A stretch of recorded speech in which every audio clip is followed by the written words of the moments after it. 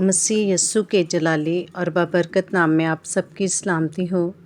آج ہم بائبل مقدس میں سے سیکھیں گے عہد عتیق میں سے خروج کی کتاب جو کہ شریعت کی کتاب ہے، اس کا 22واں باب، اس کی پہلی آیت سے۔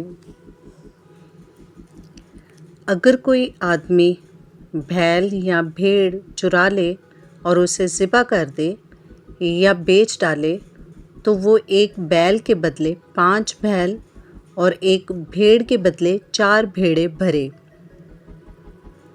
اگر چور سند مارتے ہوئے پکڑا جائے اور اس پر ایسی مار پڑے کہ وہ مر جائے تو اس کے خون کا کوئی جرم نہیں۔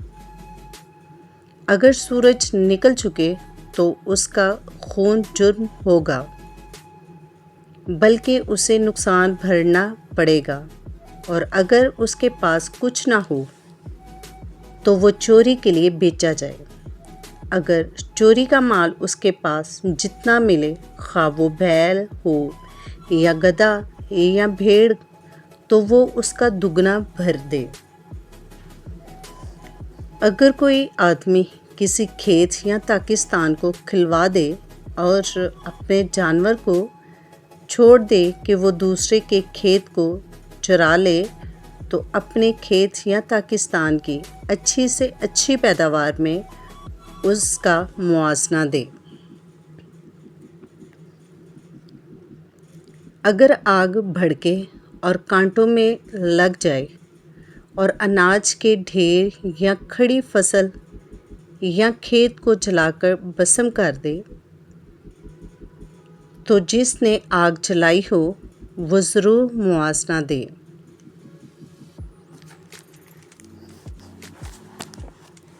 اگر کوئی اپنے ہمسایہ کو نقد یا جنس رکھنے کو دے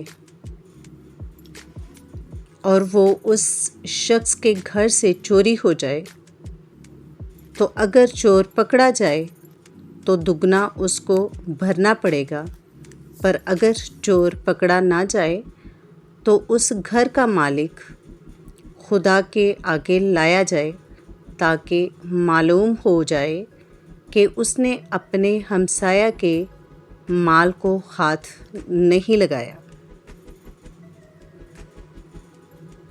ہر قسم کی خیانت کے معاملہ میں، خواہ بیل کا، خواہ گدھے یا بھیڑ یا کپڑے یا کسی اور کھوئی ہوئی چیز کا ہو، جس کی نسبت کوئی بول اٹھے کہ وہ چیز یہ ہے، تو فریقین کا مقدمہ خدا کے حضور لایا جائے، اور جسے خدا مجرم ٹھہرائے وہ اپنے ہمسایہ کو دگنا بھر دے۔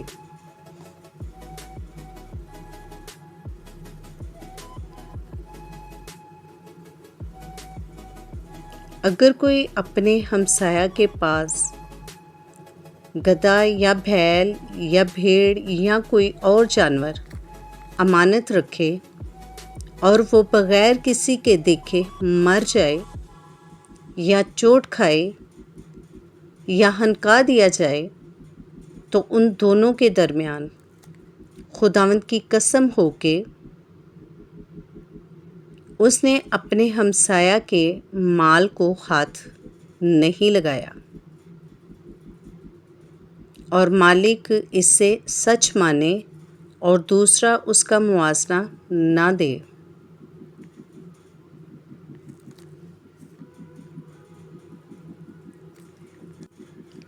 پر اگر وہ اس کے پاس سے چوری ہو جائے تو وہ اس کے مالک کو موازنہ دے، اور اگر اس کو کسی درندے نے پھاڑ ڈالا ہو تو وہ اس کو گواہی کے طور پر پیش کر دے اور پھاڑے ہوئے کا نقصان نہ بھرے۔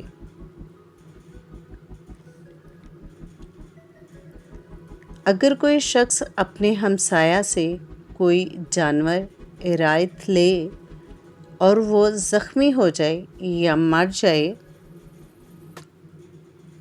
اور مالک وہاں موجود نہ ہو تو وہ ضرور اس کا موازنہ دے۔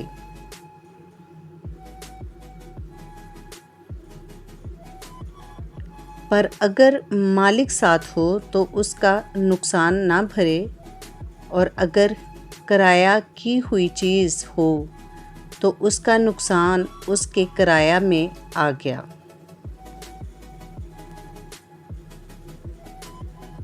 اگر کوئی آدمی کسی کنواری کو جس کی نسبت نہ ہوئی ہو پھسلا کر اس سے مباشرت کرے تو وہ ضرور ہی اسے مہر دے کر اس سے بیاہ کرے، لیکن اگر اس کا باپ ہرگز راضی نہ ہو کہ اس لڑکی کو اسے دے تو وہ کنواریوں کے مہر کے موافق اسے نقدی دے۔